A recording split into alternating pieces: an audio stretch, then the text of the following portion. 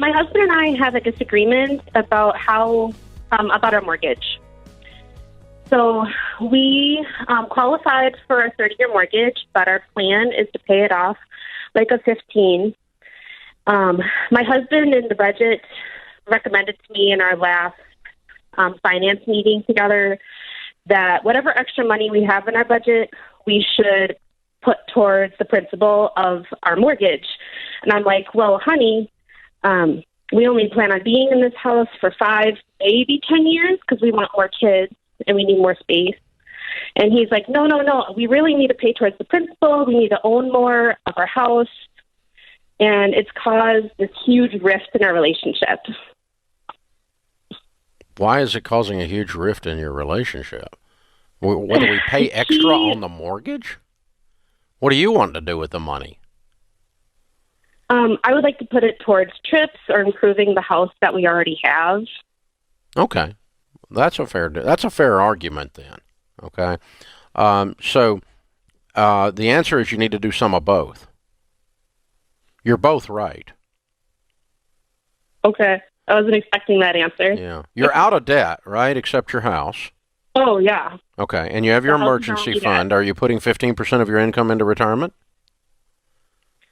We're about there, yes. Okay. Are you putting anything aside for your kids? Are you putting anything aside for the kids' college? Yes, we are. Good. Okay. That's baby steps 4, 5, and 6. Baby step 6 is pay off your house early.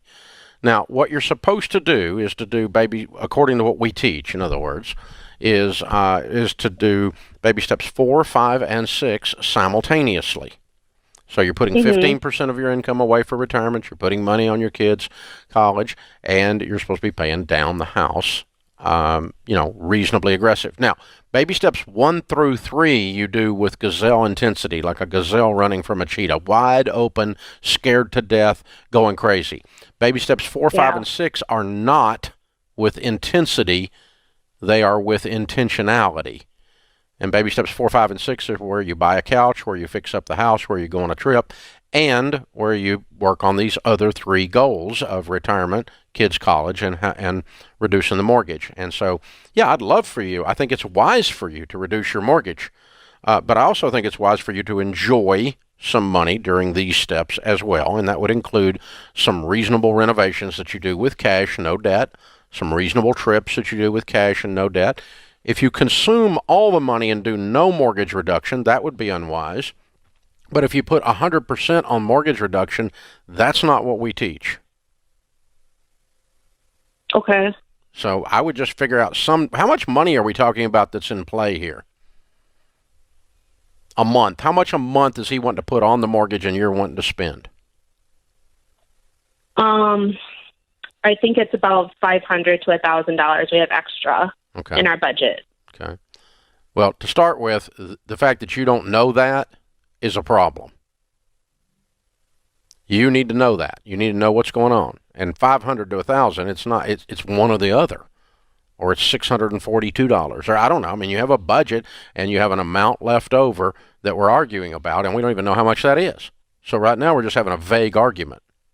So the two of you need to sit down and say, okay, exactly, because he's the nerd, and you don't nerd out on details, but you need to know enough of the details to know what you're arguing about, right?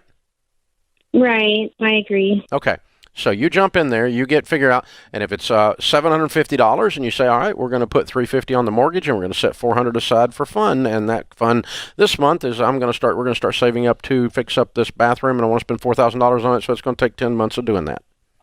Or whatever the thing is. I don't care what you do. But if it's $1,000 and you want to split it 50-50, I don't care, if you split it down the middle or what you do. But the point is that you have a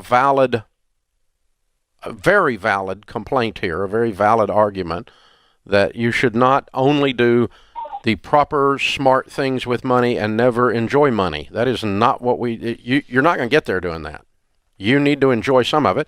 But on the other hand, he's got a valid point that we need to put some on the mortgage, and we don't need to just consume all of our excess.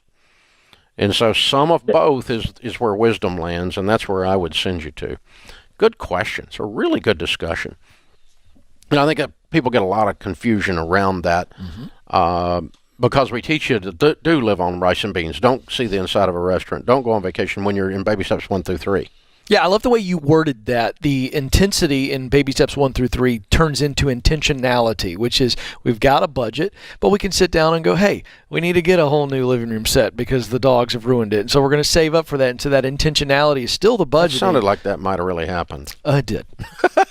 You nailed that. We had to do that recently because the doodles, big dogs come with big dog problems. But anyway, the point is that I really like that differentiation there that you have laid out. That's really the tone. You go from intensity to, okay, now we can be intentional and still enjoy life. Oh, and I'll just add one more thing to it. It doesn't have to be all or nothing in a month. And I mean, it doesn't have to be split down the middle of the month. You could say, this month we're going to spend it all.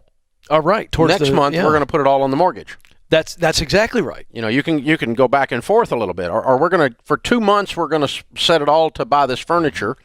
And then for the next 2 months, we're going to do the mortgage. I don't care how you do it, but some of each needs to occur.